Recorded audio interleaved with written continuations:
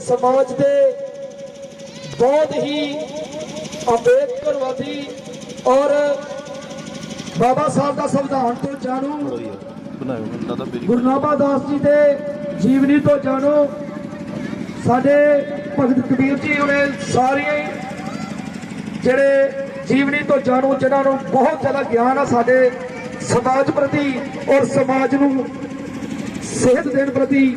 मेरे वड्डे वीर जी केवल लाडी जी, मैं इन्हों बेनती करांगा कि विजन एजेंडा और एक बार ताड़ियां हो जाए इन्होंने नाम से जी। बहुत ही नौजवान और जुझारू मेरा वड्डा वीर, और टाइम का थोड़ा जिहा हुण धुंध भी पैनी शुरू हो जानी, कुछ दूरों नेड़े भी साडे सज्जन मित्र आए ने, इस करके मेरी बेनती है तो जरूर ठीक है जी।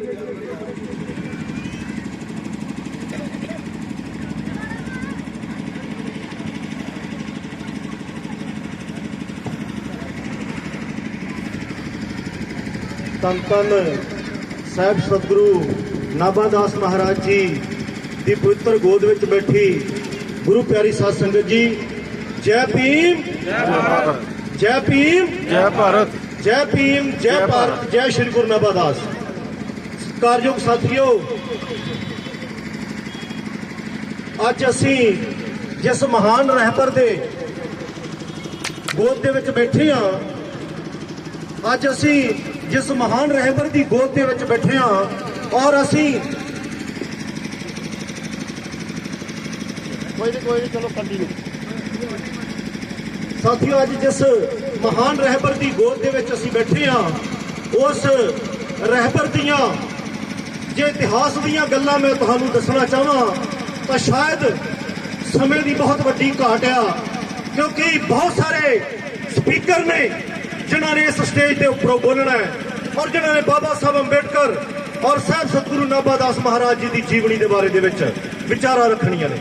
साथियों, मेरी ड्यूटी लगी आ तो मैं चाहांगा कि तुहानू मैं तुहाडे इतिहास की गल दसां, ताकि क्योंकि जिहड़ी कौम बाबा साहब अंबेडकर एक गल कहंदे, जिहड़ी कौम अपना इतिहास नहीं जानती वो इतिहास सिरज नहीं सकती। इस करके तुहाडा इतिहास नूं जानना बहुत जरूरी आ, क्योंकि साडी कहानी किस जगह तो शुरू होंदी आ, जे असीं उस गल नूं नहीं जानते तो शायद बहुत वड्डी नलैकी है। क्योंकि मैं बहुत वड्डी गल ना करता होया मेन गल ते उन्हां, क्योंकि 1922 दे विच बाबा साहब अंबेडकर, क्योंकि साडे समाज की त्रासदी है, मैं पिछले काफ़ी समय तो ये चीज़ां वाच कर रहा कि जिहड़े लोग तुहाडी तरक्की की गल करते हैं, जिहड़े लोग बाबा साहब अंबेडकर के विचारों की गल करते हैं, वो पिछले 40 साल तो मैं देख रहा हूँ कौम ने सारे के सारे इग्नोर करके हाशिए के थले रखे हुए।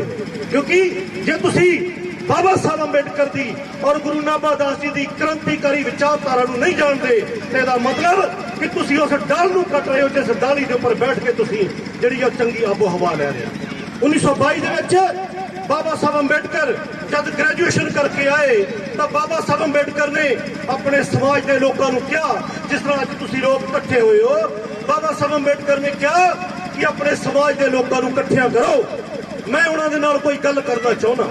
और साथियों, कुछ साडे वर्गे प्रबंधकों ने वो प्रोग्राम जब उलीकिया, जब वो प्रोग्राम उलीकिया तो बाबा साहब अंबेडकर कहते मैं 10 बजे प्रबंधकों को पूछा कि क्या मैं स्टेज पर आ सकता, तो प्रबंधकों का जवाब सी बाबा साहब अंबेडकर अजे लोग इकट्ठे नहीं हुए। बाबा साहब अंबेडकर कहते मैं 12 बजे में पूछा, बाबा साहब अंबेडकर कहते मैं समय समय पर पूछता रहा, भाई मैं स्टेज पर आके अपनी गल करना चाहना अपने समाज के लोगों नाल, की तुसीं गल करने लई मेरी गल सुनने लई लोग तैयार ने। तो बाबा साहब अंबेडकर कहते जब प्रबंधकों वालों किसी तरह का कोई जवाब ना मिलिया तो हार के मैं अख के खुद उस प्रोग्राम के विच गया।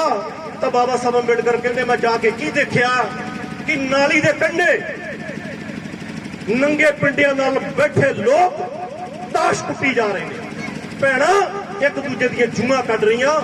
साथियों, विचारन की गल की आ कि दुनिया का महान विद्वान, जिस विद्वान की बदौलत मैं अपन भैनों को दावे ना कह सकता कि तुहाडे सिरां ते चुन्नियां ने पर भाइयों के तन के पर कोट ने, उस विद्वान 1922 कोई बंदा ਆਪਣੇ ਸਮਾਜ ਦਾ ਜਿਹੜਾ ਬਿੱਲ ਵੀ ਨਹੀਂ ਹੈ। ਤੁਹਾਡੀ ਕਹਾਣੀ ਜਿਹੜੀ ਮੈਂ ਦੱਸਣਾ ਚਾਹੁੰਦਾ, ਤੁਹਾਡੀ ਕਹਾਣੀ ਕੀ ਆ? ਉਹ ਕਹਾਣੀ ਉਹ ਆ, ਉਹ ਕਹਾਣੀ ਜਿਹਦੇ ਕਰਕੇ ਤੁਸੀਂ ਤਾਸ਼ ਕੁੱਟ ਰਹੇ ਹੋ। ਉਹ ਵਿਵਸਥਾ ਸਾਡੀ, ਬੱਚੇ ਸੂਰਾਂ ਦੀ ਤਰ੍ਹਾਂ ਲੇਟ ਰਹੇ ਨੇ, ਉਹ ਸਾਡੀ ਹਾਲਤ ਆ। ਭੈਣਾਂ ਸਿਰ ਦੇ ਵਿੱਚ ਜੂਆਂ ਕੱਢ ਰਹੀਆਂ, ਉਹ ਸਾਡੀ ਹਾਲਤ ਆ। ਔਰ ਉਸ ਹਾਲਤ ਤੋਂ ਬਾਅਦ ਅੱਜ ਦੀ ਹਾਲਤ ਆ। ਇਹ ਕ੍ਰਿਸ਼ਮਾ ਕਿੱਦਾਂ ਹੋ ਗਿਆ, ਇਹ ਵਿਚਾਰਨ ਦਾ ਵਿਸ਼ਾ ਆ। ਇਹ ਕ੍ਰਿਸ਼ਮਾ ਕਿੱਦਾਂ ਹੋ ਗਿਆ, ਇਹ ਵਿਚਾਰਨ ਦਾ ਵਿਸ਼ਾ ਆ। ਕਿਉਂਕਿ ਬਾਬਾ ਨਜ਼ਮੀ ਬਹੁਤ ਸਾਰੇ ਲੋਕ ਤੁਹਾਨੂੰ ਆ ਕੇ ਇਹ ਪਾਠ ਜ਼ਰੂਰ ਸਿਖਾਉਂਦੇ ਨੇ ਕਿ ਭਾਈ ਬੰਦੇ ਦੇ ਬਸ ਕੁਛ ਨਹੀਂ ਆ, ਜੋ ਕਰਨਾ ਉਹਨੇ ਅਕਾਲ ਪੁਰਖ ਨੇ ਕਰਨਾ ਹੈ। ਇਹ ਲੋਕਾਂ ਦੇ ਦਿਮਾਗਾਂ ਦੇ ਵਿੱਚ ਇਹ ਗੰਦ ਭਰਿਆ ਜਾਂਦਾ। ਲੇਕਿਨ ਬਾਬਾ ਨਜ਼ਮੀ ਇੱਕ ਜਗ੍ਹਾ ਲਿਖਦਾ, ਕਹਿੰਦਾ ਜੇ ਧਰਤੀ ਇਹ ਰੱਬ ਦੀ ਹੁੰਦੀ, ਮੈਂ ਸਵਾਲ ਪੁੱਛਣਾ ਤੁਹਾਨੂੰ, ਬਾਬਾ ਨਜ਼ਮੀ ਕਹਿੰਦਾ ਜੇ ਧਰਤੀ ਇਹ ਰੱਬ ਦੀ ਹੁੰਦੀ, ਰੱਬ ਦੀ ਸਹੁੰ ਇਹ ਸਭ ਦੀ ਹੁੰਦੀ। ਕਿੰਨੀ ਕਿੰਨੀ ਹੈ ਤੁਹਾਡੀ? ਸੋਚ ਕੇ ਦੱਸਿਓ।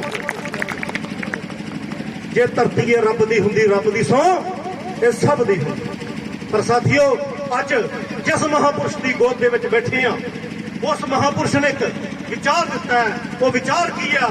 ਬਾਬਾ ਸਾਹਿਬ ਅੰਬੇਡਕਰ ਕਹਿੰਦੇ, ਕਿਉਂਕਿ ਅੰਬੇਡਕਰ ਦੀਆਂ ਗੱਲਾਂ ਕਰਨੀਆਂ ਹੋਣ ਤਾਂ ਮੈਂ ਬਹੁਤ ਕਰ ਸਕਦਾ, ਲੇਕਿਨ ਕਹਿੰਦੇ ਨੇ ਸਿਆਣੇ ਕਿ ਜਿਹਦੀ ਬਰਾਤ ਦੇ ਵਿੱਚ ਆਏ ਹੋ, ਅੱਜ ਗੱਲਾਂ ਵੀ ਉਹਦੀਆਂ ਹੀ ਕੀਤੀਆਂ ਜਾਣ। ਜਿਸ ਰਹਿਬਰ ਦੇ ਕੋਲ ਬੈਠੇ ਆ, ਜਿਹਦੀ ਗੋਦ ਦੇ ਵਿੱਚ ਬੈਠੇ ਆ, ਅੱਜ ਗੱਲਾਂ ਵੀ ਉਹਦੀਆਂ ਕੀਤੀਆਂ ਜਾਣ। ਬਹੁਤ ਸਾਰੇ ਲੋਕ, ਬਾਬਾ ਸਾਹਿਬ ਅੰਬੇਡਕਰ ਨੇ ਕਿਹਾ ਮੇਰੇ 3 ਗੁਰੂ ਨੇ, ਸਤਿਗੁਰੂ ਰਵਿਦਾਸ ਕਬੀਰ, महात्मा ज्योतिराव फूले और तथागत गौतम बुद्ध। पर बाबा साहब अंबेडकर एक जगह यह भी लिखते ने कि मैं अपने तो पहले संतां दे संघर्ष का थोड़ा जिहा कर्जा ला के चलिया। जब बाबा साहब अंबेडकर यह गल कहंदे आ कि मैं अपने तो पहले संतां दे संघर्ष का कर्जा ला के चलिया, तो साथियों जिन्ने भी इस देश के मानवतावादी महापुरुष ने ਉਹਨਾਂ ਦੇ ਵਿੱਚ ਉਹ ਪਿੱਛੇ ਨਹੀਂ ਰਹਿ ਜਾਂਦੇ। ਔਰ ਮੈਂ ਇਹ ਗੱਲ ਦਾਅਵੇ ਨਾਲ ਕਹਿ ਸਕਦਾ ਕਿ ਜਦ ਬਾਬਾ ਸਾਹਿਬ ਅੰਬੇਡਕਰ ਇਹ ਗੱਲ ਕਹਿੰਦੇ ਨੇ ਕਿ ਮੈਂ ਆਪਣੇ ਤੋਂ ਪਹਿਲੇ ਸੰਤਾਂ ਦੇ ਸੰਘਰਸ਼ ਦਾ ਕਰਜ਼ਾ ਲਾ ਕੇ ਚੱਲਿਆ, ਤਾਂ ਉਹ ਸਤਿਗੁਰੂ ਨਾਭਾ ਦਾਸ ਦੇ ਪ੍ਰਤੀ ਵੀ ਉਹਨੇ ਹੀ ਨਤਮਸਤਕ ਨੇ ਜਿੰਨੇ ਉਹ ਸਤਿਗੁਰੂ ਕਬੀਰ ਔਰ ਸਤਿਗੁਰੂ ਤਥਾਗਤ ਗੌਤਮ ਬੁੱਧ ਨੇ ਉਹ ਨੇ।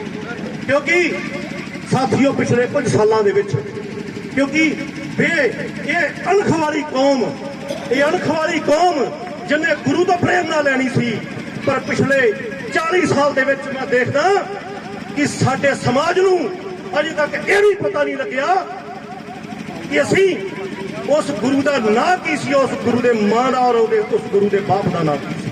ਇਹ ਕਸੂਰ ਕਿਹਦਾ? ਇਹ ਕਸੂਰ ਸਾਡਾ ਸਾਰਿਆਂ ਦਾ। ਕਿਉਂਕਿ ਬਾਬਾ ਸਾਹਿਬ ਅੰਬੇਡਕਰ ਇੱਕ ਜਗ੍ਹਾ ਪ੍ਰੋਗਰਾਮ ਦੇ ਵਿੱਚ ਗਏ ਔਰ ਬਾਬਾ ਸਾਹਿਬ ਅੰਬੇਡਕਰ ਦਾ ਜਨਮ ਦਿਨ ਦਾ ਪ੍ਰੋਗਰਾਮ ਸੀ, ਤਾਂ ਬਾਬਾ ਸਾਹਿਬ ਅੰਬੇਡਕਰ ਨੇ ਜਦ ਸਟੇਜ ਦੇ ਉੱਪਰ ਉਹਨਾਂ ਨੂੰ ਬੁਲਾਉਣ ਦੇ ਲਈ ਖੜਿਆ ਕੀਤਾ ਗਿਆ, ਤਾਂ ਸਾਡੇ ਵਰਗੇ ਪ੍ਰਬੰਧਕ ਇਹ ਗੱਲ ਸੁਣ ਕੇ ਖੁਸ਼ ਹੋ ਗਏ ਕਿ ਬਾਬਾ ਸਾਹਿਬ ਅੰਬੇਡਕਰ ਸ਼ਾਇਦ ਸਾਡੀ ਸ਼ਾਨ ਦੇ ਵਿੱਚ ਕੁਝ ਕਹਿਣਗੇ। ਬਾਬਾ ਸਾਹਿਬ ਅੰਬੇਡਕਰ ਨੂੰ ਕਹਿੰਦੇ, ਬਾਬਾ ਸਾਹਿਬ ਤੁਹਾਡੇ ਜਨਮ ਦਿਨ ਦਾ ਅਸੀਂ ਕੇਕ ਕੱਟ ਲਿਆ, ਪਰ ਤੁਸੀਂ ਸਾਡੇ ਲਈ ਕੁਝ 4 ਸ਼ਬਦ ਕਹੋ। ਬਾਬਾ ਸਾਹਿਬ ਅੰਬੇਡਕਰ ਨੇ ਜਦ ਮਾਈਕ ਫੜਿਆ ਤਾਂ ਬਾਬਾ ਸਾਹਿਬ ਅੰਬੇਡਕਰ ਕਹਿੰਦੇ ਆ ਕਿ ਮੇਰੀ ਜੈ ਜੈਕਾਰ ਕਰਨ ਦੇ ਨਾਲੋਂ ਬਿਹਤਰ ਆ ਕਿ ਮੇਰਾ ਸਨਮਾਨ ਇਸ ਗੱਲ ਦੇ ਵਿੱਚ ਆ ਕਿ ਮੇਰੀ ਅਧੂਰੇ ਕਾਰਵੇ ਨੂੰ ਮੰਜ਼ਿਲ ਤੱਕ ਪਹੁੰਚਾਉਣ ਦੇ ਲਈ ਸਿਰ ਧੜ ਦੀ ਬਾਜੀ ਲਗਾ ਦਿਓ। ਬਾਬਾ ਸਾਹਿਬ ਅੰਬੇਡਕਰ ਕਹਿੰਦੇ ਮੇਰੇ ਨਾਂ ਲੈਣ ਦੀ ਲੋੜ ਨਹੀਂ, ਪਰ ਹਰ ਪ੍ਰੋਗਰਾਮ ਦੀ ਇੱਕ ਰੂਪਰੇਖਾ ਲੋਕ ਤਿਆਰ ਕਰਦੇ ਨੇ। ਉਹ ਰੂਪਰੇਖਾ ਕੀ ਤਿਆਰ ਕਰਦੇ ਆ? ਕੁਝ ਲੋਕ ਇਹ ਕਰਦੇ ਨੇ ਕਿ ਅੱਜ ਗੁਰੂ ਰਵਿਦਾਸ ਦਾ ਜਨਮ ਦਿਨ ਆ ਗਿਆ, ਅੱਜ ਗੁਰੂ ਨਾਭਾ ਦਾਸ ਦਾ ਜਨਮ ਦਿਨ ਆ ਗਿਆ, ਸ਼ੋਭਾ ਯਾਤਰਾ ਕੱਢੀ, ਰਾਤ ਦੇ 8 ਵਜੇ ਨੂੰ ਅਨਾਉਂਸ ਕੀਤਾ ਕਿ ਸ਼ੋਭਾ ਯਾਤਰਾ ਸਫਲ ਸੀ ਜਾਂ ਅਸਫਲ ਸੀ, ਤਾਂ ਉਸ ਤੋਂ ਬਾਅਦ 1 ਸਾਲ ਦੇ ਲਈ ਘਰਾਂ ਦੇ ਵਿੱਚ ਸੌ ਜਾਂਦੇ ਨੇ। ਲੇਕਿਨ ਬਾਬਾ ਸਾਹਿਬ ਅੰਬੇਡਕਰ ਨੂੰ, ਗੁਰੂ ਨਾਭਾ ਦਾਸ ਨੂੰ ਮੰਨਣ ਵਾਲੇ ਲੋਕ ਜਿਹੜੇ ਉਹਨਾਂ ਦੇ ਅਸਲੀ ਫਾਲੋਅਰ ਨੇ, ਉਹ ਸਾਲ ਦੇ 12 ਮਹੀਨੇ ਔਰ ਪੂਰੇ ਹਫਤੇ ਦੇ ਵਿੱਚ ਪੂਰਾ ਹਫਤਾ ਜਿਹੜੇ ਉਹ ਕੰਮ ਕਰਦੇ ਨੇ ਤਾਂ ਕਿ ਗੁਰੂ ਸਾਹਿਬ ਦਾ ਜਿਹੜਾ ਉਹ ਸੁਪਨਾ ਆ, ਗੁਰੂ ਸਾਹਿਬ ਦਾ ਜਿਹੜਾ ਸੁਪਨਾ ਆ ਉਹਨੂੰ ਸਾਕਾਰ ਕੀਤਾ ਜਾ ਸਕੇ। ਸਾਥੀਓ, ਇਸ ਕੌਮ ਨੂੰ ਜਦ ਕੋਈ ਆਪਾਂ ਇਤਿਹਾਸ ਨਹੀਂ ਜਾਣਦੇ ਤਾਂ ਫਿਰ ਇਤਿਹਾਸ ਨੂੰ ਜਾਣਨ ਦੇ ਲਈ ਸਾਨੂੰ ਆਪਣੇ ਕੁਝ ਸੀਨੀਅਰ ਸਾਥੀਆਂ ਤੋਂ ਸਿੱਖਣਾ ਪੈਂਦਾ ਹੈ ਔਰ ਕਿਤਾਬਾਂ ਦੇ ਨਾਲ ਸਾਂਝ ਪਾਉਣੀ ਪੈਂਦੀ ਹੈ। ਗੁਰੂ ਸਾਹਿਬ ਦੇ ਬਾਰੇ ਦੇ ਵਿੱਚ ਇੱਕ ਗੱਲ ਕਹੀ ਜਾਂਦੀ ਆ ਕਿ ਗੁਰੂ ਸਾਹਿਬ 6 ਮਹੀਨੇ ਦੀ ਉਮਰ ਦੇ ਵਿੱਚ, 6 ਸਾਲ ਦੀ ਉਮਰ ਦੇ ਵਿੱਚ, ਮਾਫ ਕਰਨਾ ਮੈਂ 6 ਮਹੀਨੇ ਕਹਿ ਗਿਆ, ਜਦ ਉਹਨਾਂ ਦੇ ਮਾਂ-ਬਾਪ ਚਲੇ ਗਏ ਔਰ ਗੁਰੂ ਸਾਹਿਬ ਨੂੰ ਦੋ ਸੰਤ ਮਿਲੇ ਤਾਂ ਸੰਤਾਂ ਨੇ ਪੁੱਛਿਆ ਤੂੰ ਕੌਣ ਹੈ। ਮੈਂ ਤੁਹਾਨੂੰ ਇਸ ਗੱਲ ਦੇ ਲਈ ਤੁਸੀਂ ਫਖਰ ਕਰ ਸਕਦੇ ਹੋ ਆਪਣੇ ਉੱਪਰ ਕਿ ਤੁਸੀਂ ਉਸ ਮਹਾਨ ਰਹਿਬਰ ਦੀ ਔਲਾਦ ਹੋ ਜਿਨੇ ਉਹਨਾਂ ਸੰਤਾਂ ਦੇ ਅੱਗੇ ਤਲੀਆਂ ਨਹੀਂ ਅੱਡੀਆਂ ਕਿ ਜਦ ਬੇਸਹਾਰਾ ਬੰਦਾ ਹੁੰਦਾ ਤਾਂ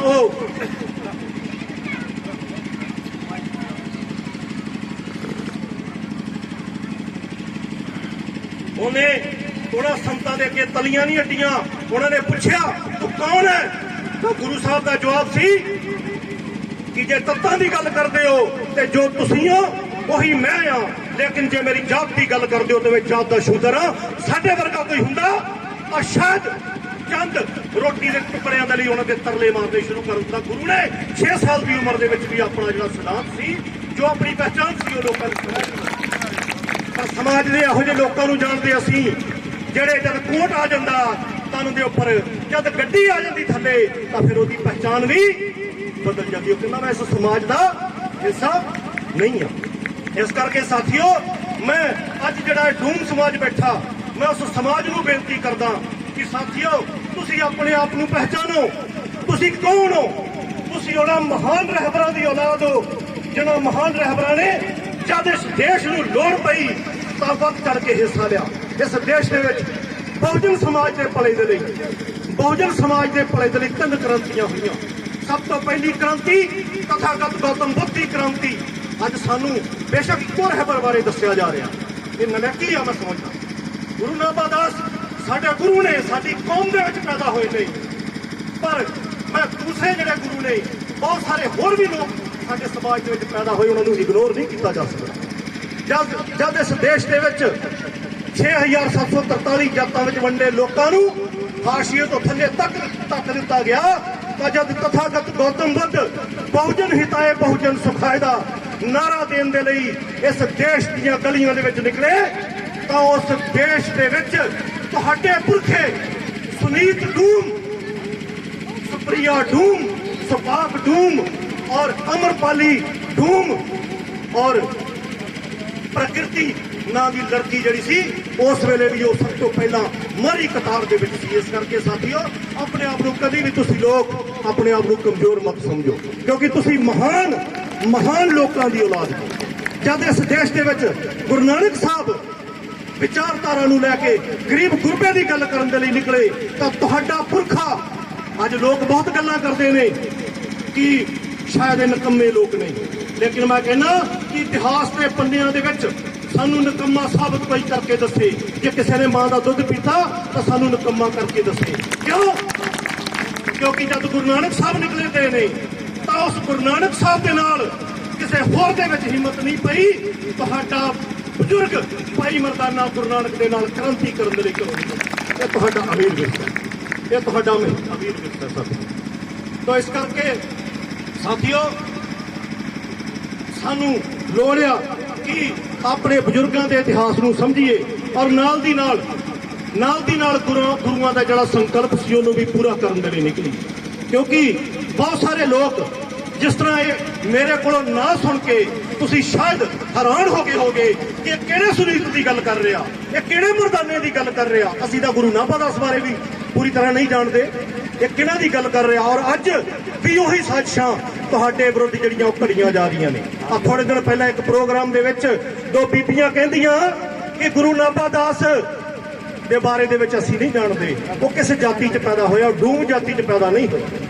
ਸਾਥੀਓ, ਇਹ ਸਾਜ਼ਿਸ਼ਾਂ ਨੇ, ਔਰ ਇਹ ਉਹ ਲੋਕ ਸਾਜ਼ਿਸ਼ਾਂ ਕਰਦੇ ਨੇ ਜਿਨ੍ਹਾਂ ਦਾ ਆਪਣਾ ਕੁਝ ਵੀ ਨਹੀਂ, ਔਰ ਜਿਨ੍ਹਾਂ ਨੇ ਝੂਠ ਦਾ ਇਤਿਹਾਸ ਸਿਰਜ ਕੇ ਸਾਡਾ ਇਤਿਹਾਸ ਆਪਣੇ ਖੇਮੇ ਦੇ ਵਿੱਚ ਪਾ ਕੇ ਔਰ ਉਹ ਗੱਲਾਂ ਕਰਦੇ ਨੇ ਕਿ ਅਸੀਂ ਇਹਨਾਂ ਦੇ ਇਤਿਹਾਸ ਨੂੰ ਖਤਮ ਕਰ ਦਈਏ। ਕਿਉਂਕਿ ਇਤਿਹਾਸ ਨੂੰ ਖਤਮ ਕਰ ਦਈਏ ਬਹੁਤ ਵੱਡੀ ਸਾਜ਼ਿਸ਼ ਆ। ਔਰ ਕੱਲੀ ਮੈਂ ਕੌਮ ਨੂੰ ਵੀ ਬੇਨਤੀ ਕਰਨਾ ਚਾਹੁੰਦਾ, ਕਈ ਵਾਰ ਜਦੋਂ ਇਹੋ ਜਿਹੇ ਮੂਰਖ ਇਹੋ ਜਿਹੀਆਂ ਸਟੇਟਮੈਂਟ ਦਿੰਦੇ ਆ ਤਾਂ ਲੋਕ ਕੀ ਕਰਦੇ ਨੇ, ਉਹਨਾਂ ਦੀਆਂ ਗੱਲਾਂ ਸੁਣ ਕੇ ਵਿਚਲਿਤ ਹੋ ਜਾਂਦੇ। ਜਿਹੜੇ ਗਿਆਨਵਾਨ ਲੋਕ ਹੁੰਦੇ ਆ ਉਹ ਕਦੀ ਵਿਚਲਿਤ ਨਹੀਂ ਹੁੰਦੇ। ਇਸ ਦੇਸ਼ ਦਾ ਘਟੀਆ ਸਿਸਟਮ ਜਿਹਨੇ ਗੁਰੂ ਰਵਿਦਾਸ ਜੀ ਨੂੰ ਕੀ ਕਿਹਾ ਕਿ ਗੁਰੂ ਰਵਿਦਾਸ ਬ੍ਰਾਹਮਣਾਂ ਦੇ ਘਰ ਪੈਦਾ ਹੋਇਆ, ਔਰ ਜਦੋਂ ਜੰਮਿਆ ਆਪਣੀ ਮਾਂ ਦਾ ਦੁੱਧ ਨਹੀਂ ਸੀ ਪੀਂਦਾ। ਇਹ ਗੁਰੂ ਰਵਿਦਾਸ ਦੇ ਨਾਲ ਕਹਾਣੀ। ਬਹੁਤ ਸਾਰੇ ਲੋਕ ਕਈ ਵਾਰ ਪ੍ਰਬੰਧਕਾਂ ਦੇ ਵੀ ਦੋਸ਼ ਲਾਉਣੇ ਸ਼ੁਰੂ ਕਰ ਦਿੰਦੇ ਨੇ। ਸਾਥੀਓ ਕਿਸੇ ਦਾ ਕੋਈ ਦੋਸ਼ ਨਹੀਂ ਆ, ਦੋਸ਼ ਇਹ ਆ ਕਿ ਜਦੋਂ ਕਹਿ ਕੇ ਗਿਆ ਤਾਂ ਉਹਦੀ ਜ਼ਬਾਨ ਬੰਦ ਕਰਨ ਦੇ ਲਈ ਤੁਹਾਡੇ ਕੋਲ ਢੁਕਵੇਂ ਜਵਾਬ ਨਹੀਂ ਆ। ਪਰ ਕੋਈ ਕਹਿ ਸਕਦਾ ਉਹਦੀ ਜ਼ਬਾਨ ਹੈ, ਉਹ ਜੋ ਮਰਜੀ ਬੋਲ ਜੇ। ਕਿ ਇਸ ਦੇਸ਼ ਦੇ ਪਿੱਪਲ ਨੇ ਗੁਰੂ ਰਵਿਦਾਸ ਨੂੰ ਇਹ ਸਾਬਤ ਕੀਤਾ ਕਿ ਗੁਰੂ ਰਵਿਦਾਸ ਬ੍ਰਾਹਮਣੀ ਦਾ ਪੁੱਤਰ ਸੀ, ਔਰ ਜਦੋਂ ਜੰਮਿਆ ਤੇ ਆਪਣੀ ਮਾਂ ਦਾ ਦੁੱਧ ਨਹੀਂ ਸੀ ਪੀਂਦਾ। ਪਰ ਸਾਥੀਓ ਤੁਹਾਨੂੰ ਸਮਝਣਾ ਚਾਹੀਦਾ, ਤਰਕ ਦੀ ਕਸੌਟੀ ਦੀਆਂ ਗੱਲਾਂ ਪਰਖਣੀਆਂ ਚਾਹੀਦੀਆਂ ਨੇ ਕਿ ਉਹ ਗੁਰੂ ਰਵਿਦਾਸ ਜਿਹੜਾ ਲਿਖੀ ਕਹਾਣੀ ਦੇ ਮੁਤਾਬਕ ਆਪਣੀ ਮਾਂ ਦਾ ਦੁੱਧ ਨਹੀਂ ਪੀਂਦਾ। ਜਦੋਂ ਗੁਰੂ ਰਵਿਦਾਸ ਵੱਡਾ ਹੁੰਦਾ ਤਾਂ ਰਾਜੇ ਨਾਗਰਮਲ ਦੀ ਕਚਹਿਰੀ ਦੇ ਵਿੱਚ ਹਿੱਕ ਠੋਕ ਕੇ ਕਹਿੰਦਾ, ਨਾਗਰ ਜਨਾ ਮੇਰੀ ਜਾਤ ਵਿਖਿਆਤ ਚਮਾਰ ਮੈਂ ਚਮਾਰਾਂ ਦੇ ਘਰ ਦੇ ਵਿੱਚ ਪੈਦਾ ਹੋਇਆ। ਇਹ ਗੁਰੂ ਰਵਿਦਾਸ ਜੀ ਕਹਿੰਦੇ ਨੇ ਇਹ ਸਾਜ਼ਿਸ਼ਾਂ ਨੇ, ਕਿਉਂਕਿ ਉਸ ਦੁਸ਼ਮਣ ਦੀ ਇਹ ਸਕੀਮ ਆ ਕਿ ਜਦ ਉਹ ਤੁਹਾਡੇ ਮਹਾਨ ਰਹਿਬਰ ਨੂੰ ਝੁਕਾ ਨਹੀਂ ਸਕਦੇ, ਜਦ ਸਾਡੇ ਪੁਰਖੇ ਨੇ ਕਿਸੇ ਨੂੰ ਆਪਣੀ ਕੀਨ ਬਣਾ ਦਿੱਤੀ ਤਾਂ ਉਹਨਾਂ ਲੋਕਾਂ ਨੇ ਫਿਰ ષੜਯੰਤਰ ਕਰਦੇ ਆ ਕਿ ਇਹਨਾਂ ਨੂੰ ਇਤਿਹਾਸ ਦੇ ਪੰਨਿਆਂ ਦੇ ਵਿੱਚ ਕਬੀਰ ਸਾਹਿਬ ਬਾਰੇ ਲਿਖਦਾ, ਕਬੀਰ ਸਾਹਿਬ ਬਾਰੇ ਪੇਪਰ ਲਿਖਦਾ, ਕਬੀਰ ਸਾਹਿਬ ਬ੍ਰਾਹਮਣ ਤੇ ਬ੍ਰਾਹਮਣੀ ਦਾ ਪੁੱਤਰ ਸੀ, ਜਦੋਂ ਜੰਮਿਆ ਤੇ ਉਹਨੂੰ ਰੋੜ ਦਿੱਤਾ। ਇਹਨਾਂ ਦੀ ਸਕੀਮ ਰਹਿੰਦੀ ਆ ਕਿ ਜਦ ਵੀ ਕੋਈ ਮਹਾਨ ਆਦਮੀ ਪੈਦਾ ਹੁੰਦਾ ਉਸ ਮਹਾਨ ਆਦਮੀ ਨੂੰ ਸਭ ਤੋਂ ਪਹਿਲਾਂ ਝੁਕਾਇਆ ਜਾਏ, ਡਰਾਇਆ ਜਾਏ, ਧਮਕਾਇਆ ਜਾਏ, ਪਰ ਜਦੋਂ ਨਹੀਂ ਧਮਕਦਾ ਤਾਂ ਫਿਰ ਉਹਨੂੰ ਇਤਿਹਾਸ ਦੇ ਪੰਨਿਆਂ ਦੇ ਵਿੱਚ ਬੋਲ ਕਰਕੇ ਉਹਨੂੰ ਆਪਣੇ ਖਿਮੇ ਦੇ ਵਿੱਚ ਕੀਤਾ ਜਾਏ। ਤਾਂ ਕਬੀਰ ਸਾਹਿਬ ਦੇ ਬਾਰੇ ਦੇ ਵਿੱਚ ਕਿਹਾ ਗਿਆ ਕਿ ਉਹ ਬ੍ਰਾਹਮਣ ਤੇ ਬ੍ਰਾਹਮਣੀ ਦਾ ਪੁੱਤਰ ਸੀ। ਪਰ ਕਬੀਰ ਸਾਹਿਬ ਕੀ ਕਹਿੰਦੇ ਨੇ, ਉਹਨਾਂ ਦਾ ਇੱਕ ਚੇਲਾ ਉਹ ਕਹਿੰਦਾ ਕਿ ਬਾਪ ਜੁਲਾਹਾ ਮਾਂ ਤੁਰਕਣੀ ਬੇਟਾ ਪੁੱਤ। ਔਰ ਰਜਬ ਅਲੀ ਸੰਤ ਨੇ ਲਿਖਿਆ, ਜੁਲਾਹਣ ਕਰ ਉਤਪਨੋ ਸਾਧ ਕਬੀਰ। ਔਰ ਗੁਰੂ ਨਾਭਾਦਾਸ ਬਾਰੇ ਡਾਕਟਰ ਸਲਵਿਰਦੀ ਦੀ ਕਿਤਾਬ ਭਾਰਤ ਦਾ ਦਲਿਤ ਇਤਿਹਾਸ ਕਹਿੰਦੀ ਆ ਕਿ ਗੁਰੂ ਨਾਭਾਦਾਸ ਡੂਮਾ ਦੇ ਘਰ ਦੇ ਵਿੱਚ ਪੈਦਾ ਹੋਇਆ। ਪ੍ਰੋਫੈਸਰ ਸਤਨਾਮ ਸਿੰਘ ਦੀ ਕਿਤਾਬ ਕਹਿੰਦੀ ਆ ਗੁਰੂ ਨਾਭਾਦਾਸ ਡੂਮਾ ਦੇ ਘਰ ਦੇ ਵਿੱਚ ਪੈਦਾ ਹੋਇਆ। ਸਵਾਮੀ ਦਇਆਨੰਦ ਸਰਸਵਤੀ ਦੀ ਸਤਿਆਰਥ ਪ੍ਰਕਾਸ਼ ਇਹ ਗੱਲ ਕਹਿੰਦੀ ਆ ਕਿ ਗੁਰੂ ਨਾਭਾਦਾਸ ਡੂਮਾ ਦੇ ਘਰ ਦੇ ਵਿੱਚ ਪੈਦਾ ਹੋਇਆ। ਔਰ ਭਾਈ ਕਾਨ ਸਿੰਘ ਨਾਭਾ ਇਹ ਗੱਲ ਕਹਿੰਦਾ ਕਿ ਉਹ ਡੂਮਾ ਦੇ ਘਰ ਦੇ ਵਿੱਚ ਪੈਦਾ ਹੋਇਆ। ਔਰ ਸਾਥੀਓ ਸਾਡਾ ਸਮਾਜ ਪੜ੍ਹਿਆ ਲਿਖਿਆ ਨਹੀਂ ਸੀ। ਅਸੀਂ ਬਾਬਾ ਸਾਹਿਬ ਅੰਬੇਡਕਰ ਦੇ ਰਹਿਮੋ ਕਰਮ ਦੇ ਨਾਲ ਪੜ੍ਹਨਾ ਸ਼ੁਰੂ ਕੀਤਾ, ਪਰ ਜਿਨ੍ਹਾਂ ਲੋਕਾਂ ਦੇ ਹੱਥ ਦੇ ਵਿੱਚ ਕਲਮ ਸੀ ਉਹਨਾਂ ਲੋਕਾਂ ਨੇ ਗੁਰੂ ਨਾਭਾਦਾਸ ਜੀ ਨੂੰ ਵੀ ਇਤਿਹਾਸ ਦੇ ਪੰਨਿਆਂ ਦੇ ਵਿੱਚ ਰੋਲਿਆ। ਇਹਦਾ ਕਾਰਨ ਸਭ ਤੋਂ ਵੱਡਾ ਕੀ ਆ ਕਿ ਉਹ ਡੂਮਾ ਦੇ ਘਰ ਦੇ ਵਿੱਚ ਪੈਦਾ ਹੋਇਆ, ਇਸ ਕਰਕੇ ਉਸ ਇਨਸਾਨ ਨੂੰ ਇਤਿਹਾਸ ਦੇ ਪੰਨਿਆਂ ਦੇ ਵਿੱਚ ਰੋਲਿਆ ਗਿਆ। ਤੋ ਇਸ ਕਰਕੇ ਸਾਥੀਓ ਸਾਨੂੰ ਗੁਰੂ ਤੋਂ ਪ੍ਰੇਰਨਾ ਲੈਣ ਦੀ ਲੋੜ ਆ, ਕਿਉਂਕਿ ਗੁਰੂ ਸਾਹਿਬ ਬਾਰੇ ਅਜੇ ਮੈਂ ਜੇ ਗੱਲ ਕਰਾਂ ਤੇ ਮੈਂ ਸਿਰਫ ਦੋ ਗੱਲਾਂ ਕੀਤੀਆਂ ਗੁਰੂ ਦੀਆਂ, ਪਰ ਬਹੁਤ ਕੁਛ ਆ ਗੁਰੂ ਦੇ ਬਾਰੇ ਦੇ ਵਿੱਚ ਬੋਲਣ ਲਈ। ਬਹੁਤ ਸਾਰੇ ਲੋਕ ਇੱਥੇ ਬੈਠੇ ਨੇ, ਬਹੁਤ ਸਾਰੇ ਵਿਦਵਾਨ ਨੇ, ਮੇਰੇ ਤੋਂ ਵੱਧ ਵਿਦਵਾਨ ਨੇ, ਪਰ ਮੈਂ ਅੰਤ ਦੇ ਵਿੱਚ ਕਿਉਂਕਿ ਮੈਨੂੰ ਸੈਕਟਰੀ ਸਾਹਿਬ ਇਸ਼ਾਰਾ ਕਰ ਰਹੇ ਆ, ਮੈਂ ਆਪਣੀ ਗੱਲ ਜਿਹੜੀ ਉਹ ਸਮਾਪਤ ਕਰਨੀ ਆ। ਮੈਂ ਐਂਡ ਦੇ ਵਿੱਚ ਕਦੀ ਫਿਰ ਮੌਕਾ ਮਿਲਿਆ ਤੁਹਾਡੇ ਦਰਸ਼ਨ ਕਰਨ ਦਾ ਤਾਂ ਜ਼ਰੂਰ ਕਰਾਂਗੇ, ਪਰ ਅਖੀਰ ਦੇ ਵਿੱਚ ਇੱਕ ਗੱਲ ਮੈਂ ਕਹਿਣਾ ਚਾਹੁੰਦਾ ਜਿਹੜੀ ਕੌਮ ਨੂੰ ਸੇਧ ਲੈਣ ਦੀ ਲੋੜ ਆ। ਗੁਰੂ ਗਿਆਨੀ ਸੀ, ਗੁਰੂ ਗਿਆਨਵਾਨ ਸੀ, ਇਸ ਕਰਕੇ ਗੁਰੂ ਨੇ ਭਗਤਮਾਲ ਗ੍ਰੰਥ ਲਿਖਿਆ, ਇਸ ਕਰਕੇ ਆਪਣੇ ਬੱਚਿਆਂ ਨੂੰ ਗਿਆਨੀ ਬਣਾਓ, ਵਿਦਵਾਨ ਬਣਾਓ, ਪੜਾਓ ਵੱਧ ਤੋਂ ਵੱਧ ਉਹਨਾਂ ਜਿੰਨਾ ਬਤਾ। ਗੁਰੂ ਵੇਲੜ ਨਹੀਂ ਸੀ ਅੱਜ ਦੇ ਸਾਧਾਂ ਦੀ ਤਰ੍ਹਾਂ, ਅੱਜ ਦੇ ਕਿਉਂਕਿ ਇੱਕ ਸ਼ਰਮਣ ਸੰਸਕ੍ਰਿਤੀ ਆ, ਇੱਕ ਆਸ਼ਰਮ ਸੰਸਕ੍ਰਿਤੀ ਆ। ਜਿਹੜੀ ਸ਼ਰਮਣ ਸੰਸਕ੍ਰਿਤੀ ਆ ਉਹ ਮਿਹਨਤੀ ਲੋਕਾਂ ਦੀ ਸੰਸਕ੍ਰਿਤੀ ਆ। ਗੁਰੂ ਰਵਿਦਾਸ ਨੇ ਰੋਟੀ ਨਾ ਖਾਧੀ ਪਰ ਜੋੜੇ ਗੰਢ ਕੇ ਖਾਧੀ। ਗੁਰੂ ਨਾਭਾਦਾਸ ਨੇ ਰੋਟੀ ਦਾ ਖਾਧੀ ਲੇਕਿਨ ਟੋਕਰੀਆਂ ਬਣਾ ਕੇ ਖਾਧੀ। ਗੁਰੂ ਕਬੀਰ ਨੇ ਰੋਟੀ ਦਾ ਖਾਧੀ ਲੇਕਿਨ ਉਹਨੇ ਖੱਡੀ ਫੋੜ ਕੇ ਖਾਧੀ। ਸਾਥੀਓ ਅਸੀਂ ਕਿਰਤੀਆਂ ਦੀ ਔਲਾਦ ਆ, ਅਸੀਂ ਵਿਹਲੜਾਂ ਦੀ ਔਲਾਦ ਨਹੀਂ ਆ। ਸਭ ਤੋਂ ਵੱਧ ਮਿਹਨਤ ਕਰੋ, ਸ਼ਰਾਬਾਂ ਘੱਟ ਪੀਓ, ਆਪਣੇ ਬੱਚਿਆਂ ਨੂੰ ਵੱਧ ਤੋਂ ਵੱਧ ਪੜਾਓ, ਤਾਂ ਤੁਸੀਂ ਇਸ ਦੇਸ਼ ਦੇ ਵਿੱਚ ਜਿਹੜੇ ਅੱਗੇ ਤਰੱਕੀ ਕਰ ਸਕੋਗੇ। ਔਰ ਮੈਂ ਅੰਬੇਡਕਰ ਮਿਸ਼ਨ ਵੱਲੋਂ ਤੁਹਾਨੂੰ ਸਾਰਿਆਂ ਨੂੰ ਆਵਾਹਨ ਕਰਦਾ, ਕਿਉਂਕਿ ਮੈਨੂੰ ਬਹੁਤ ਵੱਡੀ ਕਮੀ ਤੁਹਾਡੀ ਮਹਿਸੂਸ ਹੁੰਦੀ ਆ, ਪਰ ਜਦ ਮੈਂ ਇਤਿਹਾਸ ਦੇ ਪੰਨਿਆਂ ਵੱਲ ਝਾਤੀ ਮਾਰਦਾ ਤਾਂ ਮੈਨੂੰ ਲੱਗਦਾ ਕਿ ਅਜੇ ਵੀ ਬਹੁਜਨ ਸਮਾਜ ਉਨੀ ਦੇਰ ਤੱਕ ਆਜ਼ਾਦ ਨਹੀਂ ਹੋਏਗਾ ਜਿੰਨੀ ਦੇਰ ਤੱਕ ਇਸ ਅੰਬੇਡਕਰਾਈਟ ਮੂਵਮੈਂਟ ਦੇ ਵਿੱਚ ਦੇਸ਼ ਦਾ ਡੂਮ ਭੰਗੀ ਜਿਹੜਾ ਉਹ ਸਾਥ ਨਹੀਂ ਦੇਗਾ, ਉਨੀ ਦੇਰ ਆਜ਼ਾਦ ਨਹੀਂ ਹੋਏਗਾ। ਕਿਉਂਕਿ ਤਥਾਗਤ ਬੁੱਧ ਦੀ ਕ੍ਰਾਂਤੀ ਡੂਮਾਂ ਦੇ ਸਿਰ ਤੇ ਕਾਮਯਾਬ ਹੋਈ, ਬਾਬੇ ਨਾਨਕ ਦੀ ਕ੍ਰਾਂਤੀ ਡੂਮ ਭੰਗੀਆਂ ਦੇ ਸਿਰ ਤੇ, ਚਮਾਰਾਂ ਦੇ ਸਿਰ ਤੇ ਕਾਮਯਾਬ ਹੋਈ। ਇਸ ਕਰਕੇ ਮੇਰੀ ਬੇਨਤੀ ਹੈ ਤੁਹਾਨੂੰ ਕਿ ਬਾਬਾ ਸਾਹਿਬ ਅੰਬੇਡਕਰ ਦੇ ਇਤਿਹਾਸ ਨੂੰ ਜਾਣੋ। ਤੁਸੀਂ ਉਸ ਮਹਾਨ ਰਹਿਬਰ ਦੀ ਔਲਾਦ ਜੇ। ਮੇਰੇ ਕੋਲ ਫੈਕਸ ਬੁੱਕਸ ਪਏ ਨੇ, ਕਿਤਾਬਾਂ ਪਈਆਂ ਨੇ। ਮਹਾਰਾਸ਼ਟਰ ਦੇ ਮਹਾਰ ਔਰ ਮਤੰਗ ਉਹ ਕੰਮ ਕਰਦੇ ਆ ਜਿਹੜੇ ਤੁਸੀਂ ਕਰਦੇ ਹੋ। ਬਾਬਾ ਸਾਹਿਬ ਅੰਬੇਡਕਰ ਤੁਹਾਡੇ ਵਿਹੜਿਆਂ ਦੇ ਵਿੱਚ ਪੈਦਾ ਹੋਇਆ, ਉਹ ਕਿਸੇ ਹੋਰ ਜਾਤੀ ਦੇ ਵਿੱਚ ਪੈਦਾ ਨਹੀਂ ਹੋਇਆ, ਤੁਹਾਡੇ ਵਿੱਚੋਂ ਪੈਦਾ ਹੋਇਆ। ਇਸ ਕਰਕੇ ਆਪਣੇ ਪੁਰਖੇ ਦੀ ਗੱਲ ਨੂੰ ਮੰਨੋ, ਕਿਉਂਕਿ ਤੁਸੀਂ ਉਹਨਾਂ ਮਹਾਪੁਰਸ਼ਾਂ ਦੀ ਔਲਾਦ ਦੇ ਅੱਜ ਕਮਰਿਆਂ 'ਚ ਵੜ ਕੇ ਬੇਸ਼ੱਕ ਬੈਠ ਗਏ। ਜਿਸ ਦਿਨ ਦੇਸ਼ ਆਜ਼ਾਦ ਹੋਇਆ ਤਾਂ ਤੁਹਾਡੇ ਵਿੱਚੋਂ ਅੰਨਾ ਬਾਊ ਸਾਠੇ ਨਾਂ ਦਾ ਇਨਸਾਨ, ਜਿਹੜਾ ਮਹਾਰਾਸ਼ਟਰ ਦਾ ਰਹਿਣ ਵਾਲਾ ਸੀ, ਉਹਨੇ ਕਿਹਾ ਇਹ ਆਜ਼ਾਦੀ ਝੂਠੀ ਹੈ, ਦੇਸ਼ ਦੀ ਜਨਤਾ ਬੂਠੀ ਹੈ। ਕੋਈ ਕਹਿ ਸਕਦਾ ਇੰਨੀ ਯੁੱਧ ਕਰਕੇ? ਅੱਜ ਪਿੰਡ ਦੇ ਸਰਪੰਚ ਦੇ ਮੋਹਰੇ ਗੱਲ ਕਰਨ ਦੀ ਕਿਸੇ ਦੀ ਔਕਾਤ ਨਹੀਂ। ਔਰ ਉਸ ਵੇਲੇ ਸਾਡਾ ਪੁਰਖਾ ਉਸ ਵੇਲੇ ਦੀ ਮੌਜੂਦਾ ਸਰਕਾਰ ਨੂੰ ਇਹ ਗੱਲਾਂ ਕਹਿ ਰਿਹਾ। ਇਸ ਕਰਕੇ ਸਾਥੀਓ, ਆਪਣੇ ਗੁਰੂਆਂ ਤੋਂ ਇਤਿਹਾਸ ਤੋਂ ਸੇਧ ਲੈਣੀ ਆ। ਔਰ ਗੁਰੂ ਜੀ ਦਾ ਸਿਰਫ ਪ੍ਰੋਗਰਾਮ 8 ਅਪ੍ਰੈਲ ਨੂੰ ਨਹੀਂ ਮਨਾਉਣਾ। ਗੁਰੂ ਦਾ ਸੁਪਨਾ ਅਧੂਰਾ, ਗੁਰੂ ਦਾ ਸੁਪਨਾ ਸੀ ਇਸ ਦੇਸ਼ ਦੇ ਵਿੱਚ ਤੁਸੀਂ ਸ਼ਾਸਕ ਜਮਾਤ ਬਣੋ, ਤੁਸੀਂ ਐਜੂਕੇਟਡ ਹੋਵੋ, ਤੁਸੀਂ ਹਾਸ਼ੀਏ ਤੇ ਤੱਕੇ ਹੋਏ ਲੋਕ ਨਾ ਹੋਵੋ, ਤੁਸੀਂ ਨਿਮਾਣੇ ਤੇ ਨਥਾਵੇਂ ਲੋਕ ਜਿਹੜੇ ਆ ਨਾ ਹੋਵੋ। ਕਿਉਂਕਿ ਗੁਰੂ ਕਬੀਰ ਰਵਿਦਾਸ ਮਹਾਰਾਜ ਦਾ ਇੱਕ ਸ਼ਲੋਕ ਆ ਕਿ ਰਵਿਦਾਸ ਖਲਾਸ ਚ ਮਾਰਾ ਜੋ ਹਮ ਸਹਿਰੀ ਸੋ ਮੀਤ ਹਮਾਰਾ। ਮੈਂ ਇਹ ਗੱਲ ਡੰਕੇ ਦੀ ਚੋਟ ਤੇ ਕਹਿ ਕੇ ਜਾ ਰਿਹਾ ਤੁਹਾਨੂੰ। ਤੁਸੀਂ ਗੁਰੂ ਦੇ ਅੱਗੇ ਜਿੰਨੀਆਂ ਮਰਜ਼ੀ ਧੂਫਾਂ ਦਿਖਾਈ ਜਾਓ, ਜਿੰਨੀਆਂ ਮਰਜ਼ੀ ਢੋਲਕੀਆਂ ਖੜਕਾਈ ਜਾਓ, ਲੇਕਿਨ ਤੁਸੀਂ ਜੇ ਗੁਰੂ ਦੇ ਅੰਦੋਲਨ ਦੇ ਲਈ ਕੰਮ ਨਹੀਂ ਕਰਦੇ ਤਾਂ ਤੁਹਾਡਾ ਗੁਰੂ ਦੇ ਨਾਲ ਕੋਈ ਲੈਣਾ ਦੇਣਾ ਨਹੀਂ। ਇਸ ਗਰੀਬ ਗੁਰਬੇ ਸਮਾਜ ਨੂੰ ਜਾਗਰਤ ਕਰਨ ਦੇ ਲਈ ਘਰ ਘਰ ਪਿੰਡ ਪਿੰਡ ਜਾ ਕੇ ਅਲਖ ਜਗਾਓ, ਤਾਂ ਸਾਡਾ ਸਮਾਜ ਜਿਹੜਾ ਉਹ ਅੱਗੇ ਤਰੱਕੀ ਕਰੇਗਾ। ਇੰਨੀਆਂ ਕੁ ਬੇਨਤੀਆਂ ਕਰਦਾ ਹੋਇਆ ਆਪ ਸਭ ਤੋਂ ਰਜਾ ਚਾਹੁੰਦਾ। ਜੈ ਭੀਮ, ਜੈ ਭਾਰਤ, ਜੈ ਗੁਰੂ ਨਾਭਾ ਦਾਸ। ਵੈਰੀ ਗੁੱਡ, ਬਹੁਤ ਹੀ ਵਧੀਆ ਲਾਡੀ ਜੀ।